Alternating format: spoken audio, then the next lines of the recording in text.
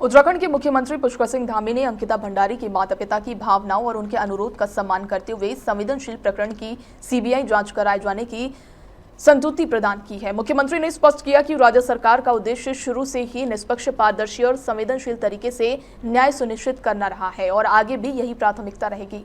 सरकार किसी भी स्तर पर पीड़ित परिवार की न्याय की उम्मीद को कमजोर नहीं होने देंगे।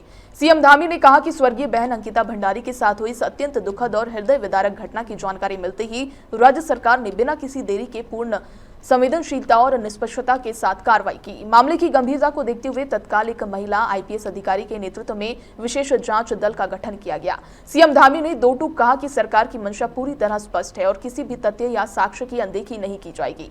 उन्होंने भावुक होते हुए कहा कि अंकिता केवल एक पीड़िता नहीं बल्कि वह हमारी भी बहन और बेटी थी। मुख्यमंत्री ने जानकारी दी कि हाल ही में उन्होंने स्वयं स्वर्गीय अंकिता भंडारी के माता पिता से मुलाकात की, जिसमें बातचीत के दौरान उन्होंने मामले की सीबीआई जांच कराए जाने का अनुरोध किया।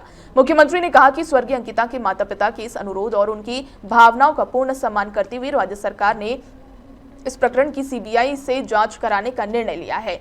मुख्यमंत्री पुष्कर सिंह धामी ने पुनः दोहराया कि राज्य सरकार पहले भी न्याय सुनिश्चित करने के लिए प्रतिबद्ध रही है और आगे भी पूरी दृढ़ता एवं संवेदनशीलता के साथ स्वर्गीय बहन अंकिता भंडारी को न्याय दिलाने के लिए संकल्पबद्ध रहेगी। स्वर्गीय बहन अंकिता भंडारी के साथ हुई दुर्भाग्यपूर्ण घटना की जानकारी मिलते ही राज्य सरकार ने, प्रशासन ने बिना किसी भेदभाव के पूरी पारदर्शिता के साथ, निष्पक्षता के साथ कार्रवाई प्रारंभ की। तत्काल एसआईटी का गठन एक महिला आईपीएस अधिकारी की लीडरशिप में किया गया और प्रकरण से जुड़े हुए सभी अभियुक्तों को शीघ्र गिरफ्तार किया गया। उसकी ठोस पैरवी माननीय न्यायालय में की गई। उसी का परिणाम हुआ कि ट्रायल के दौरान किसी भी अभियुक्त को जमानत नहीं मिली। एसआईटी द्वारा विवेचना के बाद अभियुक्तों के विरुद्ध चार्जशीट दाखिल की गई और निचली अदालत ने सुनवाई पूरी होने पर अभियुक्तों को आजीवन कारावास की सजा सुनाई। यह इस बात का प्रमाण है कि राज्य सरकार ने शुरू से लेकर अंत तक पारदर्शिता, दृढ़ता के साथ न्याय सुनिश्चित किया है। हाल के दिनों में सोशल मीडिया पर प्रसारित हुई ऑडियो क्लिप्स के संबंध में अलग अलग एफआईआर दर्ज की गई हैं, जिसकी जांच जारी है।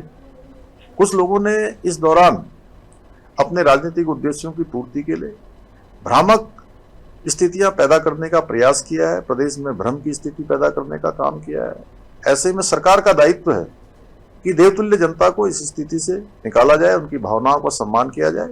और हमने सोचा कि सबसे ज्यादा पीड़ित पक्ष उनके माता पिता हैं और उनका पक्ष जरूर जानना चाहिए। मैंने उनके माता पिता से बात की है और उन्हीं के द्वारा बातचीत में कहा गया है कि सीबीआई की जांच होनी चाहिए इस प्रकरण में, जिसका सम्मान करते हुए हम इस मामले की जांच सीबीआई से कराने की संस्तुति कर रहे हैं।